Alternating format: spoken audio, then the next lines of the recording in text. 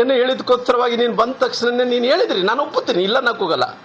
ಆದ್ರೆ ಇವತ್ತು ಯಾರು ಕೂಡ ಇವತ್ತು ಅವ್ರ ಪರವಾಗಿ ಏನು ನಮ್ಮ ನಾಗೇಂದ್ರ ಅವರು ದಲಿತ ಅಂತೇಳಿ ಏನು ಹೇಳ್ತಾ ಇದ್ರು, ಅವರೆಲ್ಲರಿಗೂ ನನಗೆ ಕೇಳೋದಿಷ್ಟೇ, ಇಷ್ಟು ದೊಡ್ಡ ಅನ್ಯಾಯ ಮಾಡಿದಂಥ ಟೈಮಲ್ಲಿ ನಮ್ಮ ಮಕ್ಕಳಿಗೆ, ನಮ್ಮ ಮಕ್ಕಳನ್ನ ಭವಿಷ್ಯನ ಕಸ್ಕೊಂಡನ ಆ ಮನುಷ್ಯ. ಚಂದ್ರಶೇಖರನ್ ಅಂತ ವ್ಯಕ್ತಿನ ಇವತ್ತು ಆತ್ಮಹತ್ಯೆ ಮಾಡ್ಕೊಂಡಂತ ಕೆಲಸ ಅವ್ರು ಮಾಡಿದಾರ. ಸಾಕಷ್ಟು ಮಂದಿ ಮಕ್ಕಳು ಇವತ್ತು ಉನ್ನತ ಶಿಕ್ಷಣವನ್ನು ಸಿಗಲಾರ್ದಂತೆ ಮಕ್ಕಳೆಲ್ಲರೂ ಕೂಡ ಇವತ್ತು ವಿದೇಶದಿಂದ ವಾಪಸ್ ಬರ್ತಾ ಇದ್ದಾರೆ. ಯಾಕಂದ್ರೆ ಅವ್ರಿಗೆ ಉನ್ನತ ಅವ್ರಿಗೆ ಏನು ಗೌರವಧನ ಕೊಡಲಾರ್ದಂತೆ. ಸಾಕಷ್ಟು ಮಂದಿ ಮಕ್ಕಳು ಇವತ್ತು ಸ್ಕಾಲರ್ಶಿಪ್ ಇಲ್ಲಾರ್ದಂತೆ ಕಣ್ಣೀರು ಹಾಕ್ತಾ ಇದ್ದಾರೆ. ಇವತ್ತು ಸಾಕಷ್ಟು ಮಂದಿ ಮಕ್ಕಳನ್ನ ಶಾಲೆಗಳಿಂದ ವಾಪಸ್ ಕಳಿಸ್ತಾ ಇದ್ದಾರ. ಸಾಕಷ್ಟು ಮಂದಿ ಇವತ್ತು ಇಷ್ಟೊಂದು ಯೂನಿಫಾರ್ಮ್ ಇಲ್ಲ, ಬೂಟ್ಸ್ ಇಲ್ಲ, ಇಷ್ಟೊಂದು ಹಣವನ್ನು ನೀನೊಬ್ಬನೇ ತಿಂದ್ಬಿಟ್ಟಲ್ಲಪ್ಪ. ಅವತ್ತು ನೀನು ದಲಿತ ಅನ್ನಂಥದ್ದು ನಿನಗೆ ಕಾಣಲಿಲ್ಲ ನಾಗೇಂದ್ರ ಅವರೇ. ನಿನಗೆ ಈ ಸುಮ್ಮನೆ ನೀನು ಇವತ್ತು ನನಗೆ ದಲಿತ ಅಂದಿದ್ದಕ್ಕೋಸ್ಕರವಾಗಿ ಯಾರು ಸಹಿಸಕ್ಕಾಗಲ್ಲ ಅಂತೇಳಿ ತಾವು ಏನು ಹೇಳಿಕೆಯನ್ನು ಕೊಡ್ತಾ ಇದ್ರು. ನಾನು ಕೇಳೋದಿಷ್ಟೇ, ಅವತ್ತು ನಿನಗೆ ಅನಿಸಿಲ್ಲೇನಪ್ಪ, ನಿನ್ಗೆ ಯಾವುದೇ ರೀತಿಯಲ್ಲಿ ಕೂಡ ಅನಿಸಿಲ್ಲನ?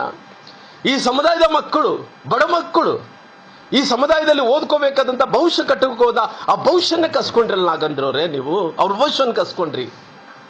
ಯಾರೋ ಹೆಣ್ಣು ಮಕ್ಕಳು, ಬೀದಿ ಬದಿ ವ್ಯಾಪಾರಸ್ಥರು ಬದುಕಬೇಕಾದಂಥ ಹಣವನ್ನು ಕಸ್ಕೊಂಡ್ರಲ್ಲ ನಾಗೇಂದ್ರವ್ರೆ. ನಕಲಿ ಖಾತೆಗಳಲ್ಲಿ ನೀವು ಎಲ್ಲೆಲ್ಲ ವರ್ಗಾವಣೆ ಮಾಡಿಕೊಂಡು ಎಲ್ಲಿ ಲೋಕಸಭೆ ಚುನಾವಣೆ ತಾವು ಬಳಕೆ ಮಾಡ್ಕೊಂಡ್ರಿ. ಬಂಗಾರ ಅಂಗಡಿಗಳಿಗೆ, ಎಕ್ಸೈಸ್ ಅಂಗಡಿಗಳಿಗೆ, ಎಲ್ಲಿ ಬೇಕಾದ್ರೂ ಕೂಡ ಯಾರ ಹಣ ರೀ?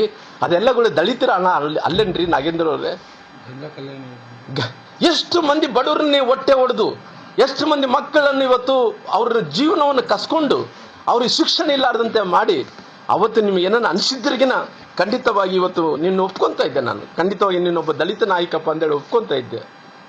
ಇವತ್ತು ಇಷ್ಟು ಮಂದಿಗೆ ಮೋಸ ಮಾಡಿ ಇವತ್ತು ಪುನಃ ಅವ್ರು ಏನೋ ಹೇಳಿದಾರೆ ಅಂತೇಳಿ ಈ ರೀತಿ ಹೇಳಿಕೆಯನ್ನು ಕೊಟ್ಟಿದ್ರಲ್ಲ, ಅವತ್ತು ನೀನು ಯೋಚನೆಯನ್ನು ಮಾಡಬೇಕಾಗಿತ್ತು. ಮಾಡಿದ್ದೆ. ಅವಪ್ಪ ಅವತ್ತು ನಮ್ಮ ಬಡವ್ರ ಮಕ್ಕಳ ಸಲುವಾಗಿ ನಾಗೇಂದ್ರ ಅವ್ರು ನಿಂತರು ಮಂತ್ರಿ ಆದಂಥ ಟೈಮಲ್ಲಿ ಮಕ್ಕಳಿಗೆ ಶಿಕ್ಷಣವನ್ನು ಕೊಟ್ಟಿದ್ದಾರೆ. ಮಕ್ಕಳಿಗೆ ಉನ್ನತ ಶಿಕ್ಷಣಕ್ಕೆ ಹೋಗ್ಬೇಕಂದ್ರೆ ಅವ್ರು ಪ್ರೋತ್ಸಾಹನ ಕೊಟ್ಟಿದ್ದಾನ, ಗಂಗಾ ಕಲ್ಯಾಣ ಯೋಜನೆಯನ್ನು ಕೊಟ್ಟಿದ್ದಾನ, ಬಡವ್ರಿಗೆ ಮನೆ ಕೊಟ್ಟಿದ್ದಾನ. ನಾಗೇಂದ್ರ ಅವರು ಎಷ್ಟೋ ಒಳ್ಳೆ ಕೆಲಸ ಮಾಡಿದ್ದಾರೆ. ನಾನು ಅಪ್ರಿಷಿಯೇಟ್ ಮಾಡ್ತಾ ಇದ್ದೇನೆ ನಾಗೇಂದ್ರ ಅವರೇ. ನಾನು ಹೇಳ್ತೀನಲ್ಲ, ನೀನು ಒಳ್ಳೆ ಕೆಲಸ ಮಾಡಿದ್ರೆ ಅಪ್ರಿಷಿಯೇಟ್ ಮಾಡೋಂಥ ವಿಚಾರದಲ್ಲಿ ನಾನೇ ಮೊದಲನೇ ವ್ಯಕ್ತಿ. ಆದರೆ ನೀನು ಈ ರಾಜ್ಯಕ್ಕೆ, ಜನರಿಗೆ ದಲಿತರ ಹಣವನ್ನು ನುಂಗಿ ಹಾಕಿಬಿಟ್ಟಿಲ್ಲಪ್ಪ. ಅದಕ್ಕೆ ಅದು ಕ್ಲಾರಿಫಿಕೇಶನ್ ಇಲ್ಲ. ಅದಕ್ಕೋಸ್ಕರವಾಗಿ ಇವತ್ತು ನಾನು ಈ ರಾಜ್ಯದ ಮುಖ್ಯಮಂತ್ರಿಗಳು ನಾನು ಕೇಳ್ತೀನಿ, ಇಂಥವ್ರನ್ನ ತಾವು ಮಂತ್ರಿಗಳು ಮಾಡಬೇಕಾಗಿತ್ತ? ಭ್ರಷ್ಟರನ್ನ ತಾವು ಮಂತ್ರಿಗಳು ಮಾಡಬೇಕಾಗಿತ್ತ? ಅವ್ರು ಏನೋ ಪುಣ್ಯಕ್ಕೆ ಇವತ್ತು ಎಲ್ಲ ಕೋರ್ಟು ಅವ್ರನ್ನ ಬಳ್ಳಾರಿಗೆ ಹೋಗ್ಲಿಕ್ಕೆ ಪರ್ಮಿಷನ್ ಕೊಟ್ಟಿದ್ದಾರೆ. ಇವತ್ತು ಬಳ್ಳಾರಿಗೆ ಬರ್ತಾ ಇದ್ದಾನ. ಅಕಸ್ಮಾತ್ ಕೋರ್ಟಲ್ಲಿ ನಾಳೆ ಬಳ್ಳಾರಿ ಬರಬಾರ್ದು ಅಂತೇಳಿ ಆದೇಶವನ್ನು ಕೊಟ್ಟಂತ ಟೈಮಲ್ಲಿ ನಮ್ಮ ಬಳ್ಳಾರಿ ಪರಿಸ್ಥಿತಿ ಏನು? ಅವ್ರನ್ನೇನ ಜಿಲ್ಲಾ ಉಸ್ತುವಾರಿ ಮಂತ್ರಿಗಳು ಬೆಂಗಳೂರು ಮಾಡ್ತೀರಾ? ಅಕಸ್ಮಾತ್ ಕೋರ್ಟ್ ಏನನ್ನ ಆದೇಶವನ್ನು ಮಾಡಿ ಇಲ್ಲಪ್ಪ ಬಳ್ಳಾರಿ ಬರೋಕ್ಕಾಗಲ್ಲ ಅನ್ನಂತ ಟೈಮಲ್ಲಿ ಯಾವ ಜಿಲ್ಲೆಗೆ ಮಾಡ್ತೀರಿ? ಬೆಂಗಳೂರಲ್ಲಂತ ಉಸ್ತುವಾರಿ ಮಂತ್ರಿಗಳು ಮಾಡ್ಬೇಕಂದ್ರೆ ಆಲ್ರೆಡಿ ಇನ್ನು ಬೆಂಗಳೂರು ಮಂತ್ರಿಗಳು ಕೊಟ್ಟುಬಿಟ್ಟಿದ್ರಿ. ನಾಳೆ ಎಲ್ಲ ರೀತಿಯಲ್ಲೂ ಕೂಡ ನಾಗೇಂದ್ರ ಅವ್ರನ್ನ ಬಳ್ಳಾರಿ ಬರಲ್ಲ ಕೋರ್ಟ್ ಆದೇಶ ಕೊಟ್ಟರೆ ನೀವೇನೋ ಅವ್ರು ಶೋಕೇಶ್ ಗೊಂಬೆಯಲ್ಲಿ ಶೋಕೇಶ್ ಮಾಡಿ ಬಂದಂಥವ್ರು ಹೋಗಂಥವ್ರು ಎಲ್ಲರೂ ಕೂಡ ಶೋಕೇಶ್ ಗೊಂಬೆ ತರ ನಾಗೇಂದ್ರ ಅವ್ರು ನಿಲ್ಲಿಸಿ ಅವ್ರು ನಮಸ್ಕಾರ ಮಾಡಿ ಹೋಗಂತೀರಿ?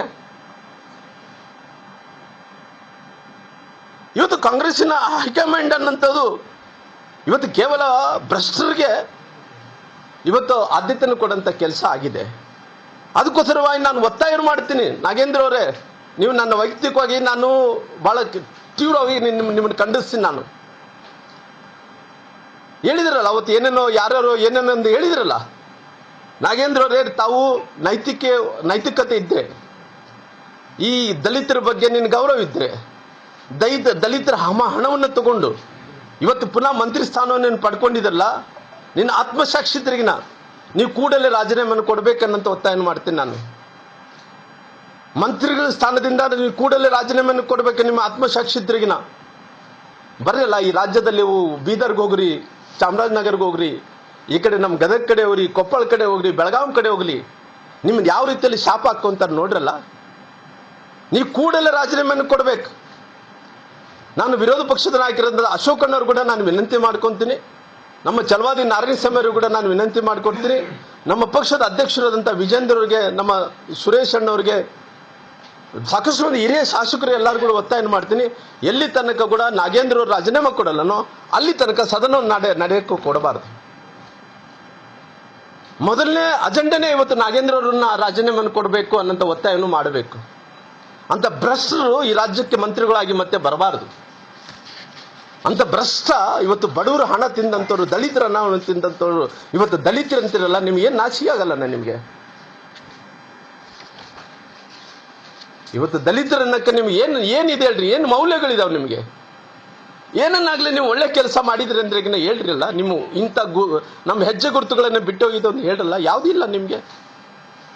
ಇಂಥ ಪರಿಸ್ಥಿತಿಯಲ್ಲಿ ನಾನು ನಮ್ಮ ಪಕ್ಷದ ಅಧ್ಯಕ್ಷರಿಗೆ, ವಿರೋಧ ಪಕ್ಷ ನಾಯಕರಾದಂಥ ಅಶೋಕಣ್ಣವ್ರಿಗೆ, ಛಲವಾದಿ ನಾರಾಯಣ ಸ್ವಾಮಿಯವರಿಗೆ, ಮೇಲ್ಮನೆಯವರಿಗೆ ಸದನ ನಡೆಯೋಕ್ಕೆ ಬಿಡಲಾರ್ದಂತೆ ದಯವಿಟ್ಟು ಎಲ್ಲಿ ತನಕ ಕೂಡ ನಾಗೇಂದ್ರ ರಾಜೀನಾಮೆ ಕೊಡಲ್ಲ, ಅಲ್ಲಿ ತನಕ ಕೂಡ ಸದನವನ್ನು ನಡೀಲಾರ್ದಂತೆ ನೀವು ಮಾಡಬೇಕೆಂದೇಳಿ ನಾನು ಕೈ ಮುಗಿದು ಈ ರಾಜ್ಯದ ದಲಿತರ ಪರವಾಗಿ ನಾನು ವಿನಂತಿ ಮಾಡ್ಕೊತೀನಿ. ಹಾಗಾಗಿ ಇವತ್ತು ಏನು ನಮ್ಮ ಬಿ ಕೆ ಅವರು ಇಬ್ಬರು ಸೇರಿಕೊಂಡು ಸಭಾಪತಿಗಳಾದಂಥ ಹೊರಟ್ಟಿಯವ್ರನ್ನ ಸಾಕಷ್ಟು ಅವ್ರ ಕಚೇರಿಯಲ್ಲಿ ಮತ್ತು ಡಿ ಕೆ ಮತ್ತು ಬಿ ಕೆ ಅವರು ಕುಂತು ಅವ್ರನ್ನ ಬೆದರಿಸಿ ಅವ್ರನ್ನ ರಾಜೀನಾಮೆಯನ್ನು ಸಹಿಯನ್ನು ಕೂಡ ಪಡ್ಕೊಂಡಿದ್ದಾರೆ. ಬಹುಶಃ ಹೊರಟ್ಟಿಯವರು ಕಚೇರಿಯಲ್ಲಿ ಇದ್ದಂಥ ಟೈಮಲ್ಲಿ 2 ತಾಸುಗಳ ಕಾಲ ಅವರು ಕೂಡ್ತಾರೆ. ಯಾರ್ಯಾರು ಡಿ ಕೆ ಅವರು ಬಿ ಕೆ ಅವರು ಇಬ್ಬರು ಕುಂತು ಅವ್ರನ್ನ ಬಲವಂತವಾಗಿ ಬೆದರಿಸಿ ರಾಜೀನಾಮೆಯನ್ನು ಪಡೆದ ನಂತರ ನಾನು ಈ ರಾಜ್ಯದ ಮುಖ್ಯಮಂತ್ರಿಗಳಿಗೆ ನಾನು ಕೇಳ್ತೀನಿ, ಸ್ವಾಮಿ ಹೊರಟ್ಟಿಯವರು ಈ ದೇಶದಲ್ಲಿ ಅತ್ಯಂತ ಹಿರಿಯ ಶಾಸಕ, ನಂತರ ಬಹುಶಃ ಎಷ್ಟು ಹಿರಿಯ ಶಾಸಕ ಅಂದ್ರೆಗಿನ ಬಹುಶಃ ಅವ್ರದ್ದೆಲ್ಲರೂ ಕೂಡ ತಾವು ವಿಡಿಯೋ ಕ್ಲಿಪ್ಪಿಂಗ್ ನೋಡಿದ್ರೆ ಅನೇಕ ಮಂದಿ ಅವರು ಶಾಸಕರನ್ನಾಗಿ ನೋಡಿದಾರ, ಮುಖ್ಯಮಂತ್ರಿಗಳಾಗಿ ನೋಡಿದಾರ. ಆದರೆ ಇವತ್ತು ಹಿರಿಯ ಶಾಸಕನಿಗೆ ಬಹುಶಃ ಹೊರಟ್ಟಿಯವರು ಹಿರಿಯ ಶಾಸಕರ ಜೊತೆಲಿ ಅವ್ರು ಏನನ್ನ ಗಿನ್ನಿಸ್ ಬುಕ್ಸ್ ಆಫ್ ರೆಕಾರ್ಡಲ್ಲಿ ಅವರು ಏರಿದ್ದಾರೆ ಅಂತೇಳಿ ನಾನು ತಿಳ್ಕೊಂಡಿದ್ದೀನಿ. ಅವರು ಆ ಹೆಸರು ಕೂಡ ದಾಖಲೆ ಆಗಿದೆ ಗಿನ್ನಿಸ್ ಬುಕ್ಸ್ ಆಫ್ ರೆಕಾರ್ಡ್ಸ್ ಅಲ್ಲಿ ಅಂತೇಳಿ ನಾನು ತಿಳ್ಕೊಂಡು, ಅಷ್ಟು ಬಾರಿ ಶಾಸಕರಾದಂಥವ್ರು. ಆದರೆ ಇವತ್ತು ಹಿರಿಯ ಶಾಸಕರಿಗೆ ತಾವು ಮಾಡಿದಂಥ ಅಪಮಾನ, ಮುಖ್ಯಮಂತ್ರಿಗಳು ಯಾವ ಮುಖ್ಯಮಂತ್ರಿಗಳು ಈ ರೀತಿ ಅಪಮಾನ ಮಾಡಲಿಲ್ಲ, ನೀವು ಅಪಮಾನವನ್ನು ಮಾಡೋಂಥ ಕೆಲಸ ಮಾಡಿದ್ರಿ. ಬಹುಶಃ ಅವ್ರು ಏನನ್ನ ಬಾಯ್ಬಿಟ್ರೆ ಏನೇನಾಗಿದೆ 2 ತಾಸುಗಳ ಕಾಲ ನೀವು ಡಿ ಕೆ ಅವರು ಬಿ ಕೆ ಅವರು ಕುಂತು 2 ತಾಸುಗಳ ಕಾಲ ಬೆದರಿಸಿ ಅವ್ರನ್ನ ಎದುರಿಸಿ ಅವ್ರ ರಾಜೀನಾಮೆ ಕೊಡಿಸಿದ್ರಂತ ಅವರು ಬಾಯಿ ಬಿಚ್ಚಿದ್ರಿಗಿನ ನಿಮ್ಮ ಬಂಡವಾಳ ಬಯಲಾಗುವಂತ ಕೆಲಸ ಆಗುತ್ತೆ. ಡಿ ಕೆ ಶಿವಕುಮಾರ್ ಅವರು, ಬಿ ಕೆ ಹರಿಪ್ರಸಾದ್ ಅವರು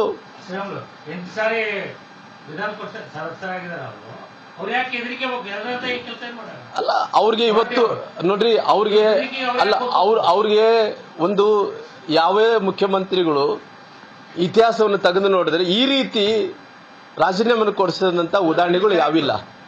ಯಾಕಂದ್ರೆ ಅವರು ಅಲ್ಲ, ನಾನು ಇವತ್ತು ಒಂದು ಕಡೆ ಅವರು ಹಿನ್ನೆಲೆ ನೋಡಿದಂಥ ಟೈಮಲ್ಲಿ ಬಿ ಕೆ ಹರಿಪ್ರಸಾದ್ ಅವರು ಮತ್ತು ಡಿ ಕೆ ಶಿವಕುಮಾರ್ ಅವರು ಹಿನ್ನೆಲೆ ನೋಡಿದಂಥ ಟೈಮಲ್ಲಿ ಅವ್ರು ಯಾವ ಹಿನ್ನೆಲೆಯಿಂದ ಬಂದರೆ ಅದನ್ನು ಹೇಳೋದು ಬೇಕಿಲ್ಲ ಅಂತೇಳಿ ನಾನು ತಿಳ್ಕೊಂಡಿದ್ದೀನಿ. ನಾನು ಮತ್ತೆ ಅವ್ರ ಗುರುಗಳ ಬಗ್ಗೆ ಹೆಸರನ್ನು ಉಲ್ಲೇಖನ ಮಾಡೋಕ್ಕೆ ನಾನು ರೆಡಿ ಇಲ್ಲ. ಅಂದರೆ ಇವತ್ತು ಮುಖ್ಯಮಂತ್ರಿಗಳು 2 ತಾಸು ಸ್ಪೀಕರ್ ಚೇಂಬರ್ದಲ್ಲಿ ಕುಂತು ಅಲ್ಲೇ ಕ್ಷಣದಲ್ಲಿ ಯಾಕೆ ಅವರು ರಾಜೀನಾಮೆಯನ್ನು ಪಡ್ಕೊಂಡ್ರು ಅನ್ನೋಂಥ ವಿಚಾರವನ್ನು ನಾನು ಕೇಳಬೇಕಾಗುತ್ತೆ. ನೋಡ್ರಿ, ನಾನು ಹೊರಟ್ಟಿ ಸಾಹೇಬ್ರ ಹೊರಟ್ಟಿಯವ್ರನ್ನ ನೋಡ್ರಿ, ನಾನು